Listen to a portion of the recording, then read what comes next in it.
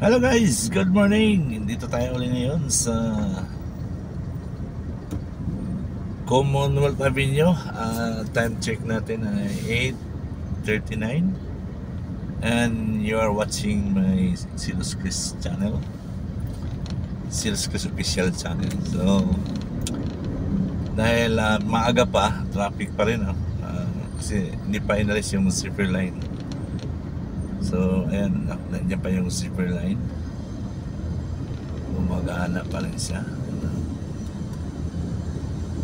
para makatawid yung mga sasakyan papuntang Ateneo,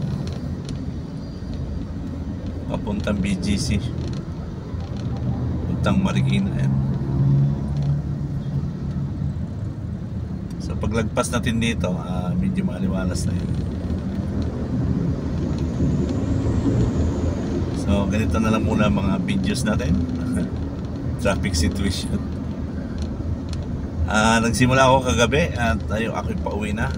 Kung ang tanong ay kumita ba? Ang sagot ay kumita naman. Pero bakit mahina ang sagot? Dahil mahina lang ang kita natin. Pero ganun pa man, kumita na. Malaga ay kumita. Wow. Tayo may biling ulam, pagkain. Okay na yan. Let's go home. Go back home. Sound effect naman dyan. Two us riding over, starting someone. Tayo na lang kakanta. On my way back home, I run away home, I'm going home. Mainit pa rin guys. Ito kasi sasakyan na to, meron tong monitoring ng temperature sa labas. So nagsimula na siyang mag 35. Ayan, 35 na siya.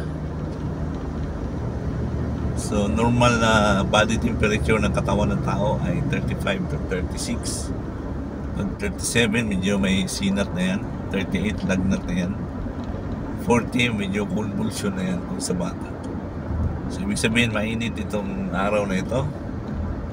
Alas 8:42 ng umaga, araw ng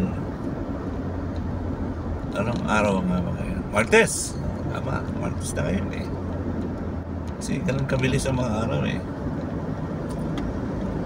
Tumakalilis na hindi maawat, hindi mapigil ang kanyang paglipas. At magulat na lang tayo, isang araw ay December na naman, no? New Year. So yung ating nanalong mga tumakbo sa eleksyon, mga new leaders natin, yung iba gusto ka agad trabaho, hindi pa upo, nanunumpa yun. Oo, manunumpa muna. At pag nanunumpa, may turnover pa po yan eh. Ito turnover pa po yun. Hindi pa po tapos yung mga term ng mga nakaupo. So tatapusin muna nila, so magantay lang tayo,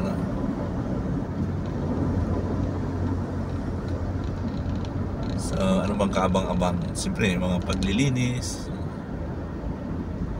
lalo na sa Maynila kasi medyo dumami ang basura ng nagdaang taon. Sumikip ang Divisoria, which is normal naman, pero dahil sa yung uupong mayor ay si Isko, inaasahan na luluwag na naman ulit. So maging mabilis na lang paghatid ng pasahero dyan. So may parting Tutuban, Santa Elena, Juan Luna,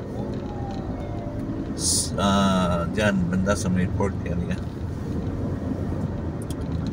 At ang MRT7 ay mabilis din ginagawa.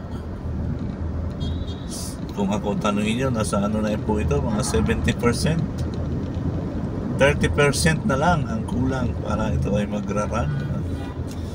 Hindi na tayong sumakay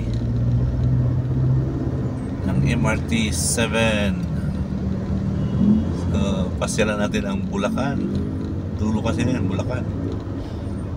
Yung mga resort sa mga Bulacan area, nagre-ready na. Sigurado tampak ang maliligo dyan kasi mabilis na lang ang pagpunta dyan. Sasakay na tayo ng MRT 7. Maganda ang future ng Pilipinas, magtuloy-tuloy. Lalawak ang MRT 7 hanggang doon sa may Philippine Arena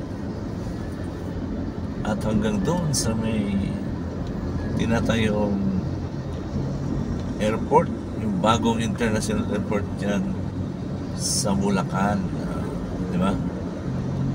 Maraming kabang-abang sa future. So mas nakaka-excite kung ang titingnan natin yung future. Di ba? Tingin tayo sa future para may excite tayo.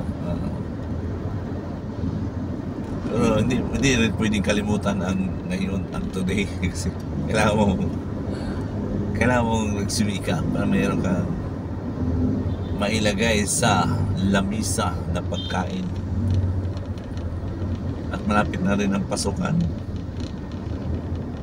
sa mga tatay, nanay dyan. Nagre-ready na sila. Ang ibang mga bata ay ready na, naka-enroll na. Natapos na yung summer, but yung iba tinatapos pa lang. Yung iba hindi pa naka-swimming, masama ang loob. Kasi ibig sabihin ng summer sa kanila ay nakapag-swimming na. Nai-enjoy mo na yung init at lamig ng tubig. So, nandito na tayo ngayon sa may area ng Commonwealth pa rin. Commonwealth pa rin. Ano po ito guys? Sa may Litex. Si Lee, ang maalala mo dito sa lugar nito ay si Mr. Lee at ang pagtitext, Lee Text. Tinawag itong Lee Text. Di ba? Alam niyo na. Gusto niyo maalala ang lugar na ito? Lalahanin niyo lang si Mr. Lee na nagtitext. Lee Text. Ay, magre-report lang pala ako sa inyo, no? Marami tayong kababayan galing Canada.